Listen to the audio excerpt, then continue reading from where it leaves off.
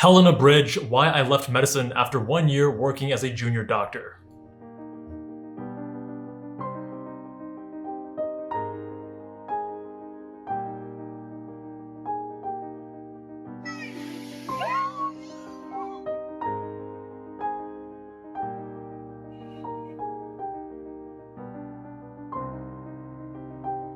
Day shift 9 till 10 p.m. So actually, I guess more than 12 hours. 9 a.m. to 10 p.m., 13 hours is unfortunately not super uncommon when you're in residency. She's a junior doctor. I'm guessing she's in the UK. And it sounds like very similar problems there. I will say in the US, during my intern year, I recall being, in surgery, you don't start at 9 a.m. You start normally around probably like 6 a.m., sometimes a little bit earlier. And yeah, getting out at 9 p.m. wasn't that uncommon. In the doctor's mess at 21:30.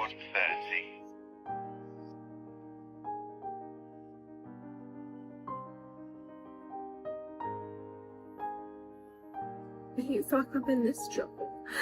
What if someone dies or like gets really unwell? And I think the anxiety is just like so destroying. There is a lot of pressure, right? You have patients' lives in your hands. Although when you are a trainee, you have people above you to make sure that, you're not causing people to lose their lives. Although at certain programs and during certain years of your training, there will be very high stress, very high pressure where you don't feel like you have the supervision that you should have. And those times can be very stressful. It's sad that it happens at all. And that's probably a topic for another video. I'm about to have my coaching call. It's been so hard to figure out where to start and what to do at this stage where I'm finally thinking, oh, I want to leave medicine. I have had my first discovery call with Emily Fullylove, who's a coach, and I'm really, I feel so optimistic. I could cry when I think about it. I'm stepping into my body again and really working out and trying to take care of my mind and body. I can feel happy because I've got hope. And choose which trajectory and which path your life actually goes down. I'm granting myself that. Agency. I resigned too, for those who don't know. I resigned from plastic surgery residency. If you're having a tough time either in medical school or in residency, the first step is assessing it, getting help, whether that's friends, family, professionals, getting a more objective look as to what is and is not working, what you can do to better manage, right? The reason I suggest that is you don't want to be making a decision that is life-changing based on temporary pain, because there are going to be ups and downs. And some people, they may have a really rough rotation, 1 or 2 months, maybe longer than that. And then they come out the other end, they go on a different rotation, or they have different perspective, or they change some of their systems so that they can manage the intense workload and the stressors. And then they are enjoying medicine more than before. So you don't want to be that person who quits when they would have been happy.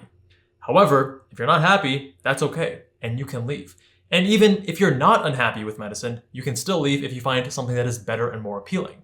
So don't think that you have to stick on any given path just because you made a commitment when you were 5, 10 years younger. It is totally okay to change your mind, change your priorities, and change your path moving forward.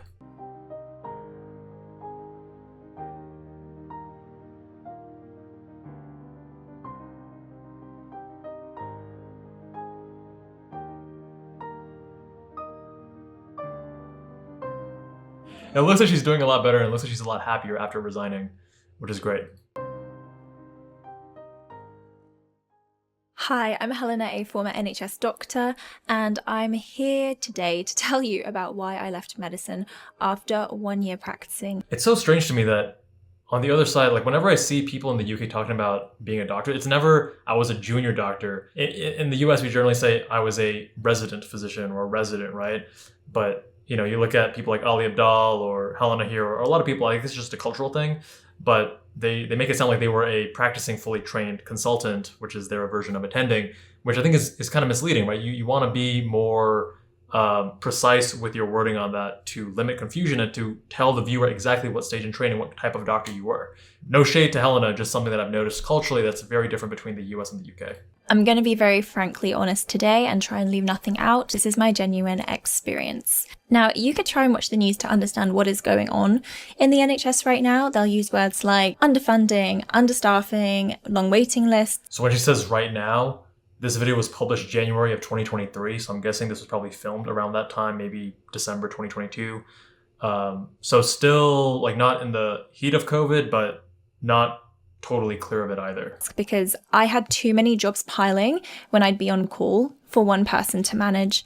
And my bleep would be going off so many times whilst I was trying to complete urgent tasks and examinations that I would be scared I would miss the wrong one and someone would get very sick or even die. So for me, that is what those words mean. And I think a lot of you would actually be very shocked. Yeah, having serious understaffing like that is a huge stressor, not safe for patients, definitely not ideal. Now, if you are a doctor who is feeling underpaid, undervalued, and stuck in the system, as I was, I want you to know that you're not alone in the slightest. And actually, now this is the majority of us. This is the majority of you guys. There was a huge efflux of NHS doctors leaving and going to other countries or other careers entirely. And we've talked about that in a previous video, and that's largely due to some systemic issues specific to the UK and the NHS, which are essentially very similar to the issues we have here in the US, but just more exacerbated in certain ways. I was searching for videos like this several months ago, and I'm here to show you that nothing bad happens if you choose to leave the profession. I'm still here, I'm still kicking, and actually I feel so much healthier, happier, and there is much more lightness to my life than there was when I was working in the NHS. Now, we do a lot of reaction videos, and these quitting medicine videos are something that we react to commonly because, as you guys know, I quit plastic surgery. It's something that a lot of people seem interested in. But I don't want these videos to give the wrong impression that medicine is terrible, that you shouldn't enter medicine, that you're going to be unhappy and miserable. As I've talked about many times on the channel, most people who are interested in medicine will be happy in the field, but there is a minority that will not be happy. Now, there are so many different reasons that can occur, right? Part of it can be the working conditions at your program, in your country, etc. It can be your values, why you got into medicine. Is it very different than what you were expecting based on your value system and your expectations? Part of it is your systems and habits, etc., and how you manage the very challenging times during training, your productivity, time efficiency, things like that. It can be outside stressors, things that are totally unrelated, like loved ones dying, things like that. But if you are interested in medicine, you need to educate yourself on what medicine is and is not. And that's why I help people get into medical school and get into residency, because we want to empower this future generation of physicians. And if you're interested in medicine because you saw something on Grey's Anatomy or Scrubs or pick your TV show or pop culture, understand that is not reality. So You Want to Be, Day in the Life, 2 series that we have on this channel and Med School Insiders are a very helpful place to start. And then shadowing as well is going to be your best way to get exposure. Just because I left medicine, I'm not an advocate for leaving medicine. I'm definitely not anti-medicine, but I am anti-suffering. I would say that I am anti-long-term unnecessary suffering. Suffering is a part of life. And if you want to accomplish great things, and if you want to push yourself, and if you don't come from silver spoon, then some degree of suffering that is not overdone and is not toxic and is not harmful is probably necessary. There was a lot of suffering for me, especially in college. Those who know, I had inflammatory bowel disease, very challenging time, and sublimated a lot of that anger and negativity into my schoolwork. Med school residency, there was suffering, but there were ups and downs, and there was meaning behind it. So if you follow anti-suffering too much, then, or you may just avoid difficult things that are beneficial to you. Before I go any further in this video, I just want to say I know some people are probably going to think that doctors leaving the NHS are the reason for the understaffing, for the essential sinking ship feeling that there is going on in the NHS right now. This isn't a chicken and egg situation. It's not what came first. We're talking about highly trained, dedicated professionals are leaving the career that they spent decades getting into and working hard for. These aren't people who are going to leave for no reason. This is probably going to be the hardest decision that many of them make or have ever made in their lives. And it's because the system feels like a sinking ship. I see what she's saying here. I would just I would say the delivery is a bit antagonistic to someone who's not in the medical field. One of the reasons why so many doctors and surgeons are leaving the NHS is because of understaffing. It's not the only reason, but yes, it is a reason, a very important reason. And when they leave, that makes understaffing worse. So it is a positive feedback loop in a way. To completely, say that that's not valid and negate it is not entirely true and not really logical either. I want to continue working in a healthcare system like this because I couldn't provide to my patients the kind of care standards that I would want for my own family or friends or for myself. I don't dehumanize patients. I don't see them as a tick box on a list of to-do things. I value people's quality of life. I value that they're not in pain. But if you're like me and you want to provide a high standard of care to people, really give them your time, energy, effort, and be super thorough with everything that you do and meticulous. This system does not facilitate that. It creates a negative feedback cycle for doctors who care so much because they don't get to deliver the kind of care that they want to. And that's unfortunately an issue across the globe, even in the US, which has a very different system. NHS is public healthcare run by the government. In the US, it's private. I mean, we do have some public with Medicare and VA and stuff like that. But everywhere you go, no one really has medicine right. There are problems everywhere. There are pros and cons, like we talk about Canada versus the US or the US versus the UK and so on. We have videos on Med School Insiders going through the different healthcare systems. It's a hard, complicated process. And in the US, I think a lot of us put the blame on the profit seeking in medicine because that is a very perverse incentive that causes costs to just rise astronomically, where it's so out of touch that the insurance companies can work with the hospitals and just have these crazy high figures, and it's all just profit.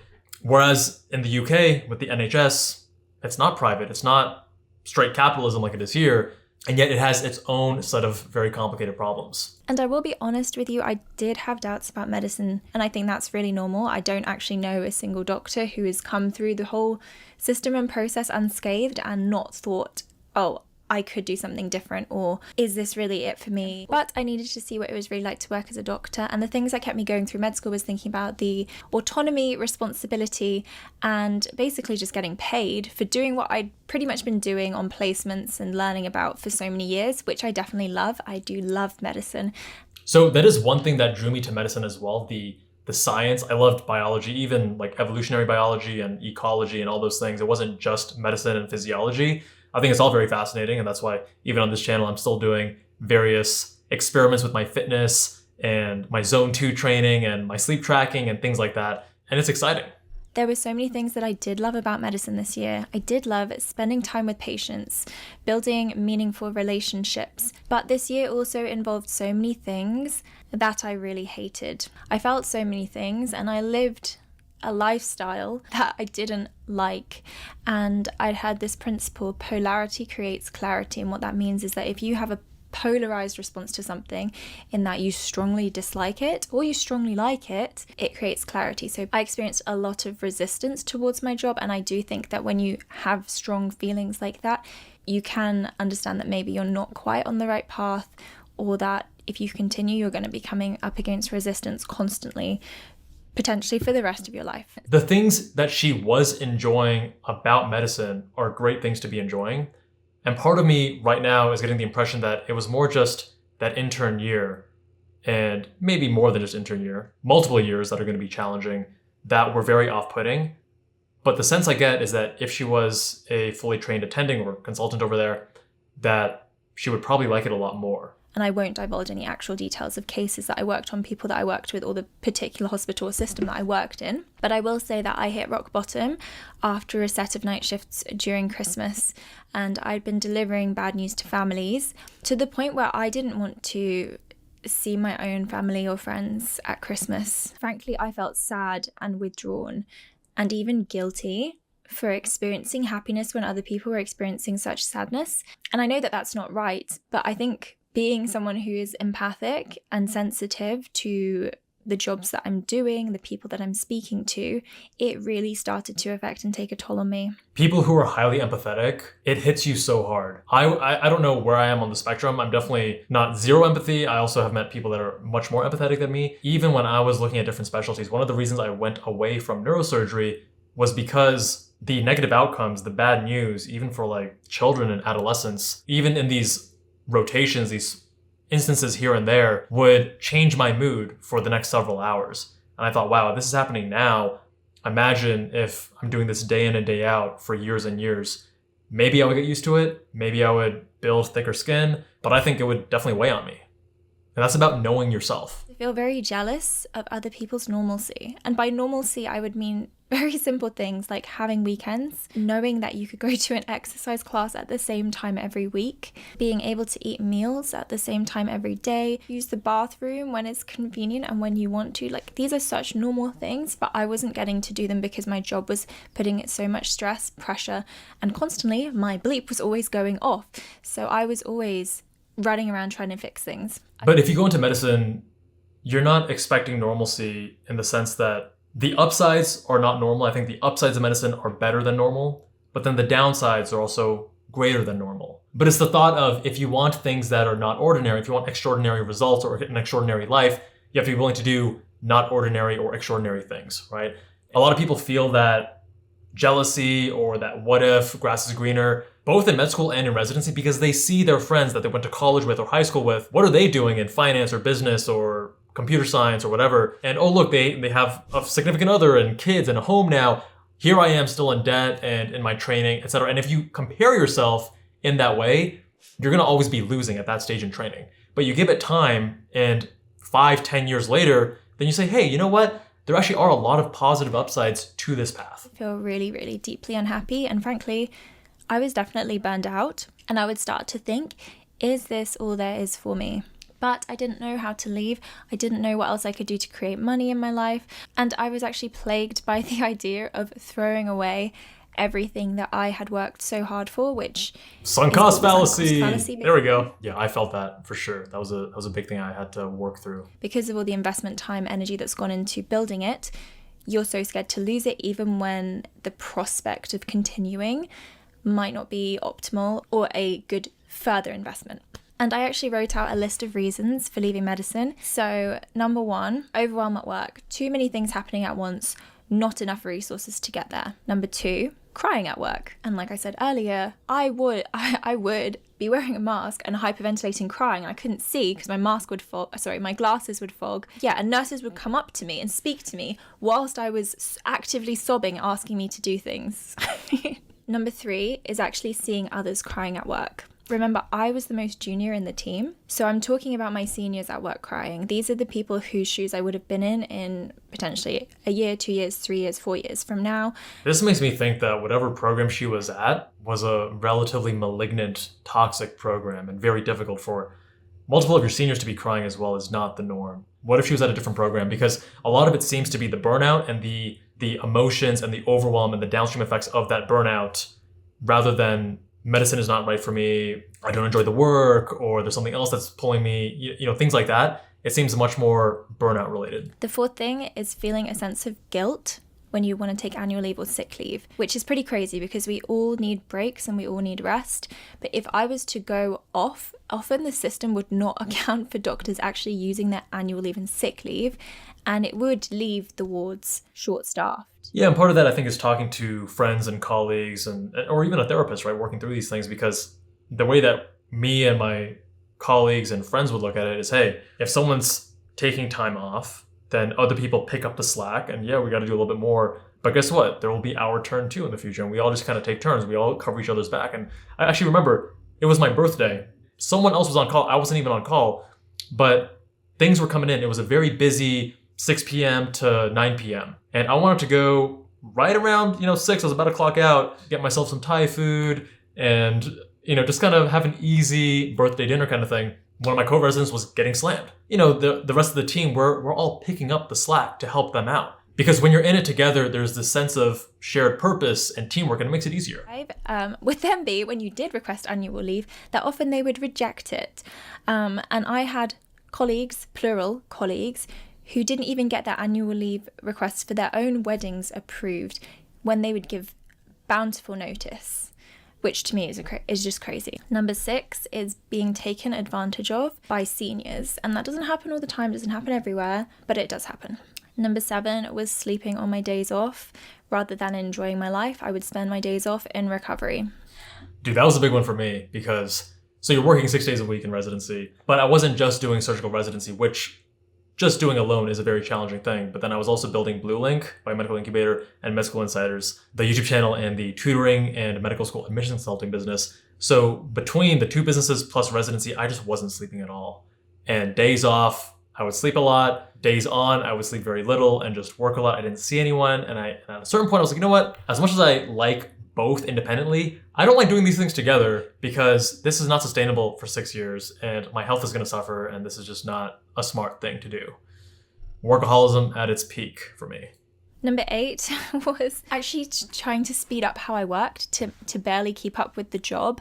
And then because people would see that you could work faster and more efficiently, which by the way is pushing it because it's exhausting, they would expect that of you all the time. My COO has this saying when we're managing the team to be careful of: the reward for good work is more work. You don't want to fall into that trap. And unfortunately, when you're a high performer, like it sounds like she was, the reward she got was more work or very high expectations. Number 9, basically junior doctors in their first year of working, if you went straight through the system like I did with maybe 1 year of intercalated degree, you're about 24, 25 years old and you're expected to carry the weight and responsibility of the job. In the US, if you go straight through, you're 26 when you start your residency. With the same level of professionalism of doctors who have several decades more experience. And I did find it quite draining and I found it difficult, and you do have to put away your personality. And if something was emotionally damaging, I would often feel that it was not a discussion that was suitable to have with the people who I worked with who were much, much older than me because it was so normalized for them. Yeah, that's a bummer. I do feel like the younger physicians definitely need to be able to talk through those difficult prognoses or difficult discussions or deaths of patients, right? Some places are better than others and some people are better than others. And I'm lucky that I had some senior residents in my program that were really, really amazing. And I'm still in touch with them today. And I remember this one guy, he was, I think, 4 years above me in residency. He just had such a calm and warm and friendly, likable bedside manner. And it was great to see how you don't have to be this cold robot, right? But you can be so warm and encouraging and make the patient feel safe and feel seen. Number 10 is completely messed up circadian rhythms. And my shift work, I did night shifts. And messing up your circadian rhythm is a huge way to increase your risk for burnout and depression. Maybe every other month, I would say. Honestly, it messed up my mood, it messed up my digestion, it messed up my skin, it messed up my lifestyle. And in case you guys haven't seen or haven't heard, it's qualified or classed as a probable carcinogen in humans. And that's due to melatonin suppression when you experience bright lights at nighttime. But yeah, there were some days I didn't know which way was up or down.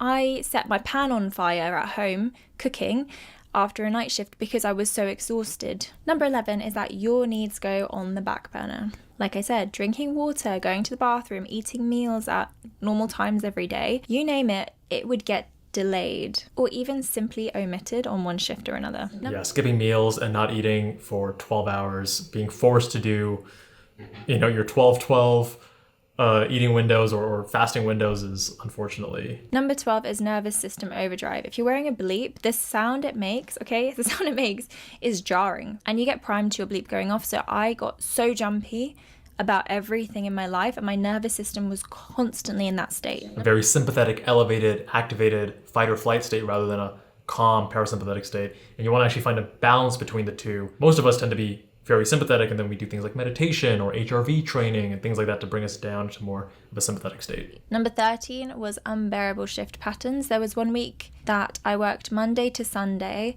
4 out of 7 of those shifts were 12, 13-hour shifts, and the others were just standard days, which are I think 9 till 5:30. By the Saturday, I think I was really losing it. Even if you do get time off either side, as in you'd get a couple of days off either side of a 7-week pattern like that, the number of hours you work being greater than 70 in 1 week, it's really too much, and it's not sustainable and it's not healthy. Everyone's going to have different tolerances for this.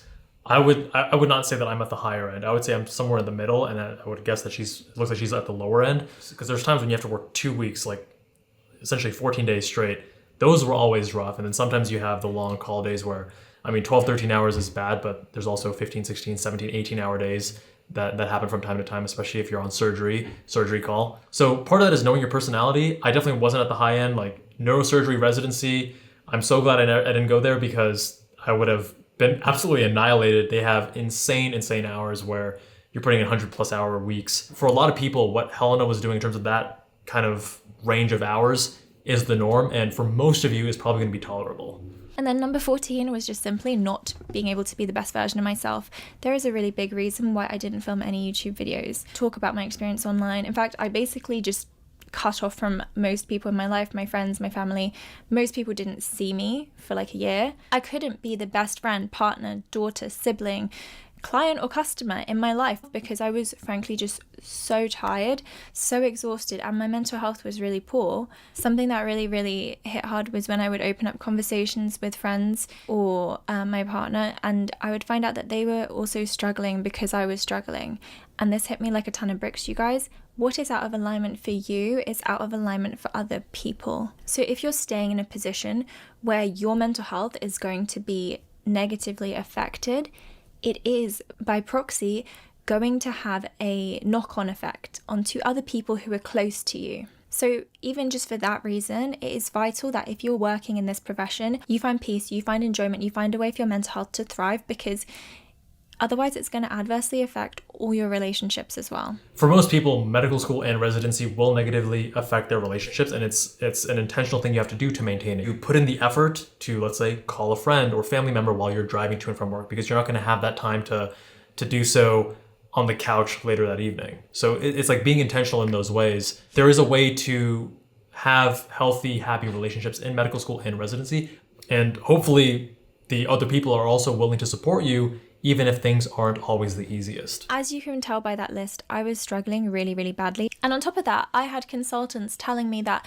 I needed to complete X number of audits, contribute to research articles, prepare for my further exams, apply to XYZ. And I tell you, nothing in me wanted to do any of that. I was barely making ends meet. So what I'm trying to say is nothing in me wanted to go on to F2. So first year training in the UK is Foundation 1, F1, and the second year, which kind of comes in a couple with F1, is F2. Yeah, you're going to have to study for USMLE Step 3 in the US, which you take during your intern year. I did mine, I think, in like December. It's not a terrible test. You just study 2 weeks, if that, and you'll be fine, especially if you did okay on Step 1, Step 2. You got to present at morning rounds or grand rounds every couple of weeks. You got to present various research articles. You have to study for your own in-service exams. So for every specialty, there are exams for that specialty every year. So there's more than just going in and out of the hospital, and you need to study and just learn more about your specialty so that you can take care of patients on your own in a few years. So when I or someone else is talking about working 60 hours a week or 70 hours a week, that doesn't count the prep time. That's just the time that you are in the hospital. And there was this saying that I learnt last year whilst I was going through sort of self-development journey and trying to figure out what I wanted. And it was, never take advice from someone who isn't where you'd want to be. So if someone is at a later stage of life, or someone that is where you definitely don't want to be, learn to not do what they did. And maybe they'll advise you, hey, don't do what I did, right? Than you, and they're telling you to do something that helped them get to where they are, why would you do it? Unless you want to be in their shoes at some point in the future. And frankly, I realized that I didn't want to live their lifestyle. And it wasn't about them particularly. It was about working in medicine later on in my life, working the kind of hours that I saw the consultants and my seniors working, as in the registrars. And I didn't want to do what they were doing. I could see how stressed they were. And I was like, this job will kill me, the level of stress it puts me under. I will die prematurely. But also keep in mind, if you're looking at only people above you when you are in training, they are in academia by definition. Again, going back to day in the life, like we worked with a private plastic surgeon and a private sports orthopedic surgeon. Those are very different lifestyles than if you were in academia. So keep that in mind. It's not just the people that you are seeing above you, because they are working in academic hospitals training med students and residents. We went on YouTube. Like, you guys, if you're watching this, you've gone on YouTube and watched videos about people who had either left or were leaving medicine. And I fired off emails to some of them and I asked them about how they got there and the process that they went through to make their decision, because for a very, very long time, I was completely torn, because I was like, I can't leave this behind. There's so much energy, time, and investment. And I love medicine. I love the human body. I find it fascinating. But the system, the lifestyle, the rota, the stress is killing me and my mental health. So what happened after that was I ended up hiring my own coach. And a coach is kind of like a therapist, but it's not exactly a therapist, because there's much more of a bias to action, and rather than reflecting on the past so much, it's about looking towards the future and future planning. My coach had formerly left medicine and she helped me to uncover what I really wanted. And part of the reason they're also coaches and not therapists is that there are certain requirements and credentials you need to be a therapist, whereas with a coach you don't. Remember, you guys, that I was still getting up every day, going to work. I was still doing the best that I could possibly do despite the burnout, despite the exhaustion. And I had this thought whilst I was standing in the lift one time, and I realized that what you're not changing, you're choosing. I remembered this quote from a podcast. How am I complicit in creating the situation that I say I don't want? A very similar concept here. Up and continuing to go to a job every day that doesn't light you up, to something that you actively feel resistance to every morning, that's a choice.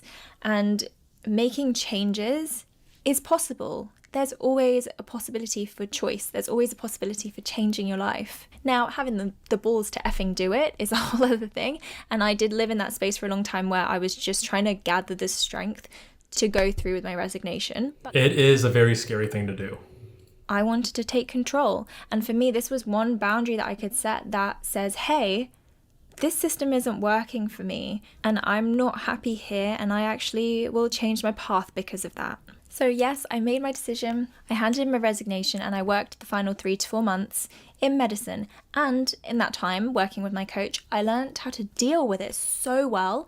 I learned about the random nature of medicine, how to deal with an external locus of control, how to manage my stress and anxiety with in the moment grounding and breathing techniques. I learned so much stuff that I'd be really curious to know if she had that toolkit of, working on your breathing to deal with that stress if you're not hyperventilating and such. All those various tactics she just mentioned, if she did that from the beginning, would she have quit? I'm not sure. Actually, by the end of my job, I was like, it's not as bad as it used to be, but I was still so certain in my decision. And I think the weight had been lifted knowing that I didn't have to do it forever. So what am I going to do next? I'm really excited because, yes, I've told you about all of my push factors that pushed me away from medicine, but I also had pull factors that pulled me towards something different. I like that push-pull a lot, because I think oftentimes people who don't know me or don't know my story, they think that I was pushed away from plastic surgery. Oh, you must have hated it. It's like, well, no, I was pulled to 2 things, but I was pulled much more to entrepreneurship. And I think part of it too is certain people that are wired in an abnormal way, such as yours truly. I oftentimes think about life and how to make the most of it because I understand how finite it is. I'm very grateful for having my hospitalizations and health scares and whatever in the past, because it makes me realize life is short, life is fragile. And it makes me want to live more intentionally and then take those risks so that I don't ever do the safe path and then look back and wonder what if. And I think to me, medicine was a safe path, a promising path, a prestigious path, a cool path, badass path, but I'd always look back and wonder what if. And the path that I took, to me, is more noteworthy, is more exciting, is more aligned with living life to the fullest and saying, hey, I got one life to live. Let's have a crazy good time. That I wanted to talk about the stuff that lights me up and that I spend my days off thinking about and reading about and listening to podcasts about are self-development, human well-being, and reaching your human potential. I am an advocate for living an incredible life. So actually, a lot of people in medicine, and especially in their mid to late 20s, get really into that stuff. I was totally there. I still kind of am, for sure. Feel pretty much like a no-brainer that I should work in the self-development industry. I've always wanted people to live well. That was pretty much my founding reasons for going into medicine, but now I get to do it in a different capacity. I will say that it is terrifying starting over in an industry that you have no experience in, and I was so nervous about it for so long. But over time, it's turned into excitement. I'm pushing the boat out, and I have started my own coaching business. I was really fortunate in that by the time I'd left medicine, I'd already started working with a handful of clients because I spoke to my colleagues and friends about what I was doing and was fortunate enough to attract some clients to me. So in my tiny little smidgen of free time that I had when I wasn't working as a doctor, I was already coaching my clients. If you guys are That's something that I find very important, which is that if you're going to quit anything and go full-time in something else, whether that's you aren't in medicine, but you want to quit your 9-to-5 and go into entrepreneurship, or you are in medicine and you want to go try, this self-development stuff, don't go jump off the cliff and try to build the airplane as you're falling down. Try to get a little bit of the work building the airplane on the ground before you jump off the cliff, right? So you can just do the finishing pieces as you're falling off the cliff, because the risk is very high. If you quit with no game plan and no, hey, I'm going to do X, Y, and Z next, it's much higher risk versus saying, hey, let me try a few of these ideas. Let me see where I have traction. For me, Med School Insiders, Blue Link, my various entrepreneurial ventures, including MEM, the MCAT study tool, all of those were all started before I left residency. And there was that momentum and that proof, that evidence that, hey, there is traction, there is an interest and a promise here that really reduced the risk for me and made that decision a lot easier. It was still a tough decision, but it made it easier.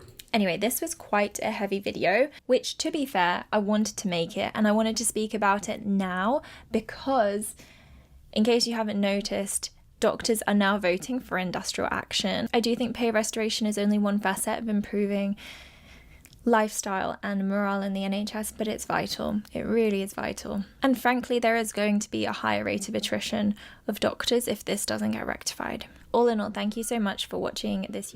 Really happy to see that Helena is happier with this new path. I think that's what it's all about. You got one life, enjoy it. And what do you agree or disagree with? Let me know with a comment down below. If you have another video I should react to, let us know with a comment as well. Much love. See you in that next one.